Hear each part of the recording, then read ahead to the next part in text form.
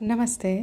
ಇಂದು ಗುಲಾಬಿಯ ಸಂಭ್ರಮ. ಈ ತಿಂಗಳು ಪೂರ ವ್ಯಾಲೆಂಟೈನ್ಸ್ ಡೇ ಪ್ರಯುಕ್ತ, ಹಾಗಾಗಿ ಗುಲಾಬಿ ಪ್ರಿಯರಿಗೆ ಶುಭಾಶಯಗಳನ್ನು ಕೋರುತ್ತಾ, ಇಂದು ಅಂಗಣದಲ್ಲಿರ್ತಕ್ಕಂಥ ಗುಲಾಬಿಗೆ ಕೀಟಬಾಧೆ ಸಾಕಷ್ಟು ಬಂದಿತ್ತು.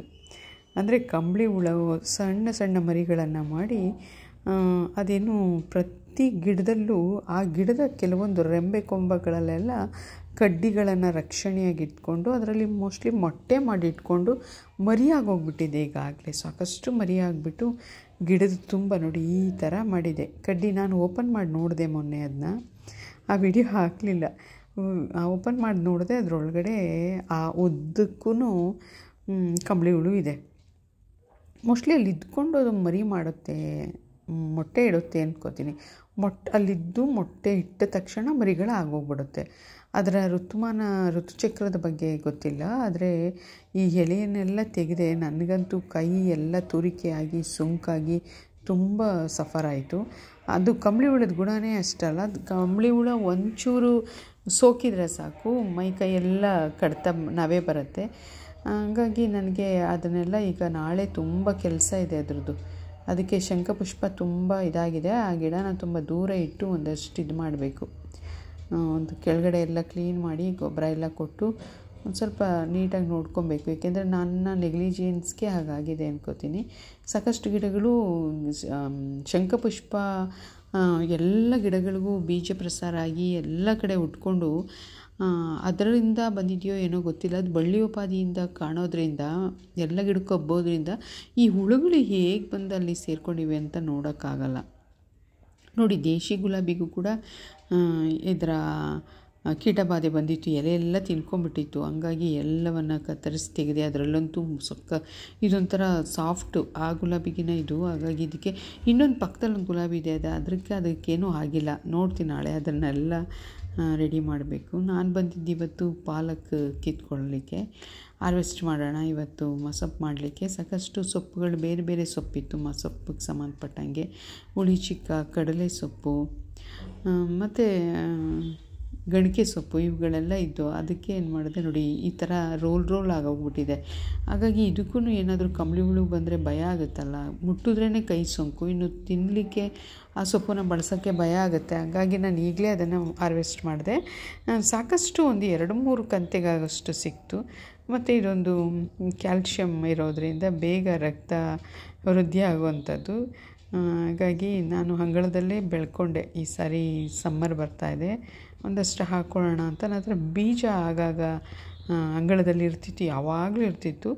ಅದು ಬೀಜ ಪ್ರಸಾರ ಆಗಾಗಿ ಹುಡ್ತಾಯಿತ್ತು. ಈಗ ಯಾಕೋ ಗೊತ್ತಿಲ್ಲ, ಅದು 1 ವರ್ಷದಿಂದ ಅದನ್ನು ಹಾಕಿಲ್ಲ ನಾನು. ಹಾಗಾಗಿ ಅದ್ರ ಬೀಜ ಅಂತೂ ನನ್ನ ಹತ್ರ ಇತ್ತು. ಅದನ್ನೆಲ್ಲ ಉದುರಿಸ್ದೆ. ತಕ್ಷಣ ಒಂದು 3-4 ದಿನಕ್ಕೆ ಅದರ ಸಸಿಗಳು ಬಂದು ಸಾಕಷ್ಟು ಗಿಡಗಳನ್ನು ಕೊಟ್ಟು ಮತ್ತು ಅದನ್ನು ಪೋಷಣೆ ಮಾಡಿಕೊಂಡೆ. ನೋಡಿ, ಇಷ್ಟು ಸೊಪ್ಪು ಸಿಕ್ಕಿದೆ.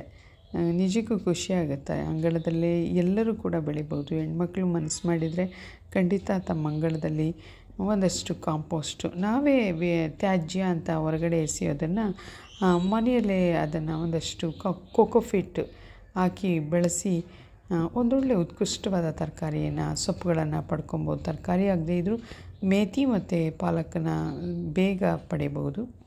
ಹೆಚ್ಚಿನ ಆರೈಕೆಯೂ ಬೇಕಾಗಿಲ್ಲ. ಒಂದಷ್ಟು ನೀರು, ಗೊಬ್ಬರ ಸಕಾಲಕ್ಕೆ ಕೊಟ್ಟು ನೋಡಿಕೊಂಡ್ರೆ ಸಾಕು. ಒಂದೊಳ್ಳೆ ಸೊಪ್ಪನ್ನು, ರಾಸಾಯನಿಕ ಮುಕ್ತ ಸೊಪ್ಪನ್ನು ಪಡ್ಕೊಬೋದು.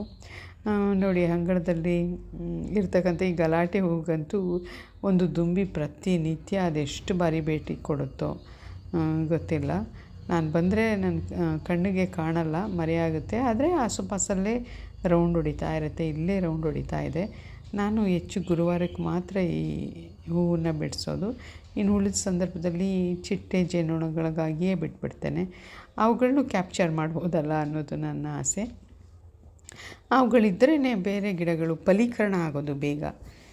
ಗಿಡಗಳು, ಹೂಗಳು ಚೆನ್ನಾಗಾಗುತ್ತೆ. ಮತ್ತು ತರಕಾರಿ ಸೊಪ್ಪುಗಳು ಇವೆಲ್ಲ ಇದ್ದರೆ ಫಲೀಕರಣ, ಚಿಟ್ಟೆ ಜೇನುನೊಣಗಳು ಬರಬೇಕು ಕೈ ತೋಟಕ್ಕೆ. ನೋಡಿ, ಹುಳಿ ಚಿಕ್ಕ ಎಷ್ಟು ಚೆನ್ನಾಗಿದೆ. ನಾನು ಇದೆಲ್ಲ ಕಳೆಯಾಗಿರುತ್ತೆ, ಎಲ್ಲ ತೆಗೆದ್ರೆ ಮತ್ತೆ ಅದರ ಬೇರಿರುತ್ತೆ. ನಾನು ಆಗಾಗ ಇದನ್ನು ಅಡುಗೆಗೆ ಬಳಸ್ಕೊತಾ ಇರ್ತೀನಿ, ಮತ್ತೆ ಬರ್ತಾ ಇರುತ್ತೆ. ಅದನ್ನೇ ನಾನು ಕೀಳಲ್ಲ, ಹಾಗೆ ಉಳಿಸ್ಕೊತೀನಿ. ನೋಡಿ, ಎಷ್ಟು ಹಚ್ಚ ಹಸಿರಾಗಿದೆ, ಹುಳಿ ಚಿಕ್ಕ ಅದರ ಲಕ್ಷಣವೇ ಒಂದು ಚೆನ್ನ. ಅದ್ರ ಹೂವಂತೂ ಇನ್ನೂ ಚೆನ್ನಾಗಿರುತ್ತೆ. ನಾನಾಗ ಆಲ್ರೆಡಿ ಹಾಕಿದ್ದೀನಿ ಅನ್ಕೋತೀನಿ ಶಾರ್ಟ್ಸ್ಗೆ. ಮೊದಲೆಲ್ಲ ಇವು ಪುಟ್ಟ ಪುಟ್ಟ ಹೂಗಳು ನೋಡಿದ್ರೇ ಏನೋ ತುಂಬ ಖುಷಿ ಪಡ್ತಿದ್ದೆ.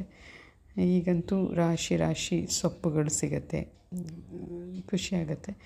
ಹರಿವೆ ಮತ್ತು ಕೆಂಪು ಹರಿವೆ ಅಂದರೆ ಆ ಪಕ್ಕ ಕೆಲವೊಂದು ಸೊಪ್ಪಿಗೆ ಬಳಸ್ತಕ್ಕಂಥ ಸೊಪ್ಪುಗಳು ಕಳೆಯೋಪಾದಿಯಲ್ಲಿ ಗಿಡದಲ್ಲಿ ಆ ಪಾಟಲ್ಲೇ ಬಂದಿರುತ್ತವೆ. ನೀರು ಹಾಕ್ತಾ ಇದ್ದಾಗ ಅಥವಾ ಭೂಮಿಲಿದೆಯೋ ಏನೋ ಗೊತ್ತಿಲ್ಲ ಬರ್ತಾ ಇರುತ್ತವೆ. ಅದನ್ನೆಲ್ಲ ನಾನು ಕಿತ್ತೆಸೆಯಲ್ಲ, ಈ ಥರ ಅಡುಗೆಗೆ ಬಳಸ್ಕೊತೀನಿ. ಇವತ್ತು ನಾನು ಅಂಗಳದಲ್ಲಿದ್ದ ಸೊಪ್ಪುಗಳಿಂದಲೇ ನಾನು ಮಸೊಪ್ಪು ಮಾಡ್ತಾಯಿರೋದು.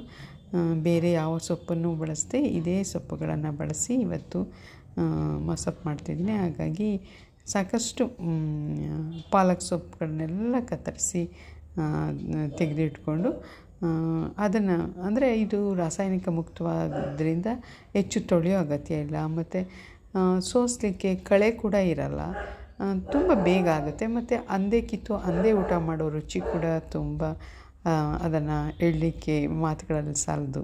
ಇದಾಗಿತ್ತು ಇಂದಿನ ವಿಶೇಷ.